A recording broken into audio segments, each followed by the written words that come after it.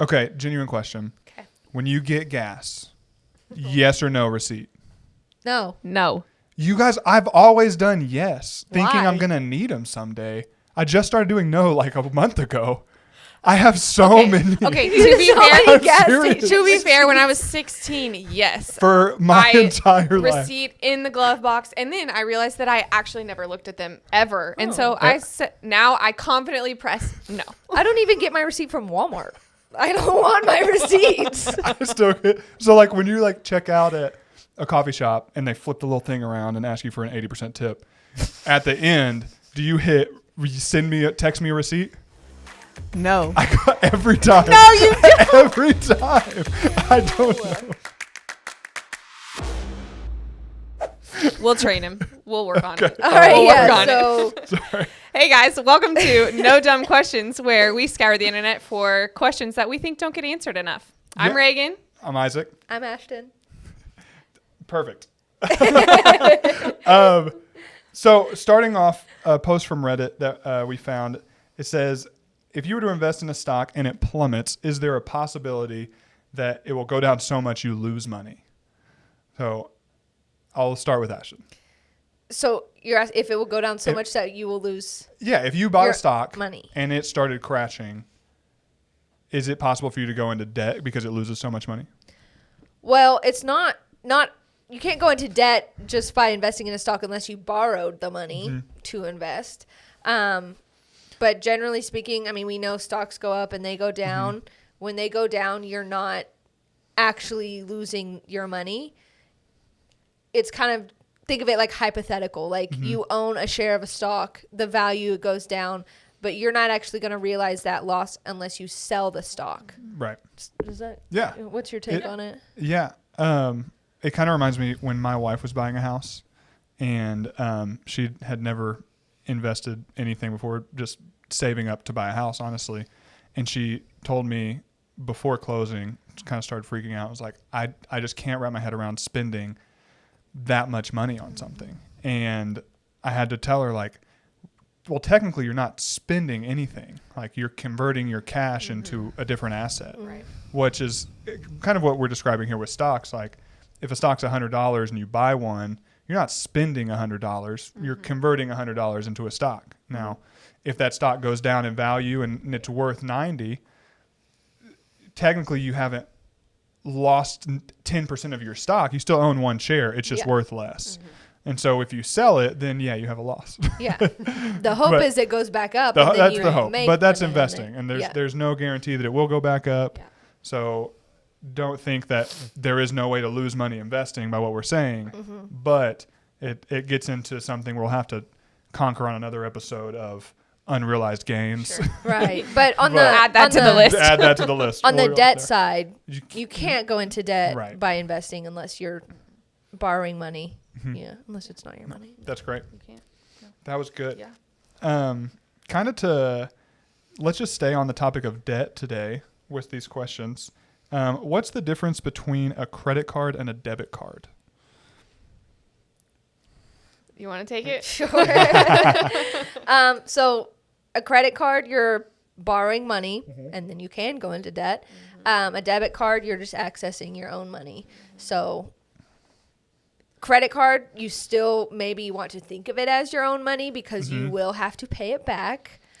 That's very important to remember. Yes. That is the key. That is the key. I think a lot actually. that's where you get in trouble. You forget Yes. that part. Yeah. But in layman's terms, debit card, you're just accessing your own cash. Credit card, you're borrowing money. Yeah. I think, like, in the broader context of just our generation and maybe even younger is, there's not this, like, physical cash that you have when you're, like, going and spending things. Like, it's like, oh, you just swipe the card and magically you get to walk away with whatever it is that you swiped it for. And there's this, like, lack of sort of, like, weightiness of, oh, yeah, like, I'm going to have to physically. What you're describing is actually culturally now the opposite because of girl math.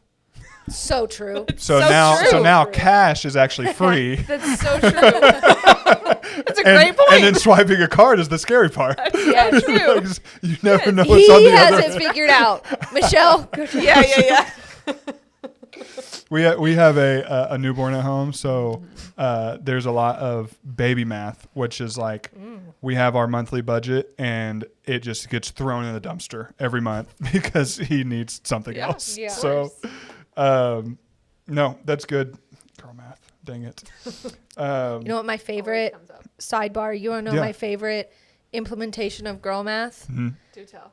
So, for instance, if I buy a really expensive purse, let's say it was $300. Every time I wear that, if I wear the purse, if I wear the purse 10 times, it's a $30 purse. Yeah. Free money. $30 a wear is wild. Go ahead. $30. Hey, that's girl math for you. Okay. It works. All right, we have one more question for the day, and it's something we found on the internet. Somebody asking about an American Express savings account says that their interest is accrued daily, but it's only added at the end of the month. Yes. So what do y'all think about that? Yeah. So it's become really popular nowadays just with interest rates, like getting a good high yield savings account.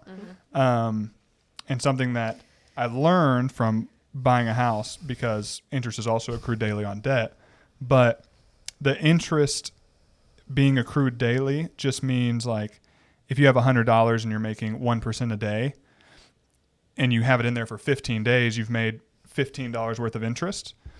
But you won't see that until the end of the month is when it gets added into your account. Also, like if you sold it on 15 days, you took the money out, your account would say 0. But when it got to the end of the month, you would actually still get $15 for however many days it was in there. On the reverse end of that, with debt, I'll use a mortgage just because that's how I found out about it, was it's always better, almost always, preface everything, no guarantees, to pay down the principal because it is accrued daily. As you pay down your principal, if that balance changes, then you'll be charged less interest because the balance changed. And so you may not see that. Your monthly payment may not change until the next month or however you want to do it. But interest is not a monthly or a yearly thing. It is a daily compounding thing. Yeah. I actually use the American Express high yield savings Oh, really? account. Yeah. I like it. Uh-huh. And it's kind of funny because I had, saved up a certain amount that I had put in there, and I had an upcoming expense that I was like, okay, I'm going to use this account to pay for that. But it takes like 2 to 3 days, I think, to actually go in your bank account. So I waited to the very last day to transfer it into my bank account because I knew that chunk of money sitting in there for the 2 extra weeks or something would give me a higher interest because it was 14 days of having that high balance in there, rather than if I just took it and put it in my bank account, those 14 days would have a 0 balance, and so there would be no interest accruing for that.